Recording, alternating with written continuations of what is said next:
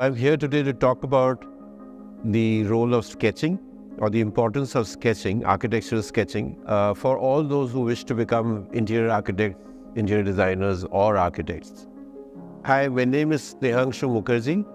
I'm a professional architect and I'm the course leader for the Department of Interior Architecture and Design. Why do we need to draw what we see in the spaces that we are sitting in or standing in? Now, when you walk into a space, you take it and you notice it, but only when you stand and you take your time to draw it, do you really notice every little thing about that space.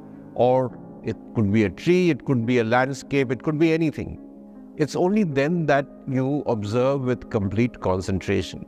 And what you draw finally may not be exactly what you see, because it won't be the same as taking a photograph, for example. And this is where I want to talk about the difference between taking a photograph, which has become so easy today with phones carrying cameras, and actually standing and sketching. Because when you're taking the photograph, you are seeing the place for a split second. And even if you go back home or to your classroom and you want to look at that photograph again, you don't really observe anything in any great detail. It's an overall impression that it makes upon you. So I myself like to go, when I have time, to stand at any particular spot and sketch something that I want to understand or observe in greater detail. So I carry a small sketchbook because that's easy to carry, and I carry my various instruments. Like, you can very easily sketch with a basic pencil, or you can sketch with a fountain pen. You can sketch with a specialized sketching pen, and I'll show you a little later why this is specialized. This is like a fountain pen, but the tip of it is bent. That means you can draw thin lines as well as thick lines. Or you carry what is known as the holder pencils, where you can change the lead according to the grade you require, whether it is 2B, 6B, 8B.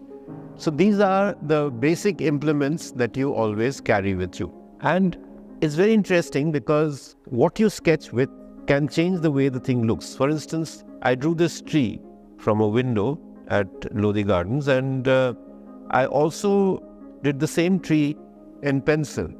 And the way the tree appears will always be quite different depending on the medium you use. So that means you need to also think about what you want to sketch with. Obviously, when you sketch with ink, you cannot make corrections. But then, even if you're sketching with a pencil, you should not be using the eraser. You need to draw in a manner where you have a method by which you incorporate the mistakes into the drawing itself. So you of course have to know the rules about a two-point perspective, which is what you can learn very easily on any YouTube video tutorial.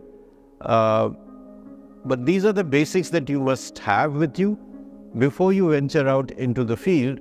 And then you just spend maybe 20 minutes, 30 minutes, 40 minutes. You also have a system of sketching using just about 3 minutes.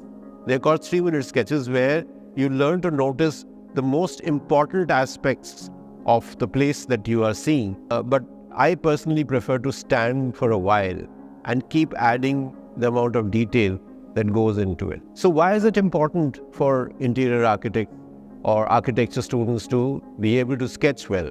As I said, one is that you are observing, and when you're observing, you're understanding certain things about why the building is built that way, why the space is like this, what is the scale, proportions, textures, colors, all of that. And then that will subconsciously influence you in your own work.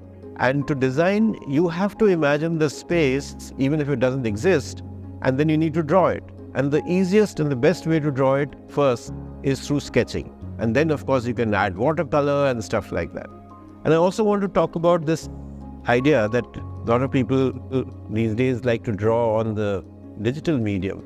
So if you have a tablet which has a stylus with which you draw, I have discovered that when I have to draw using any of these softwares, I find that it is your initial training as somebody who knows how to do a three-dimensional sketch, which comes into play When you choose the pens, you choose the colors, the textures, all of that. If you haven't gone through the analog method, if you come directly onto the digital mode, because the digital mode is nothing but a mimicking of the analog, very often the results are not satisfactory.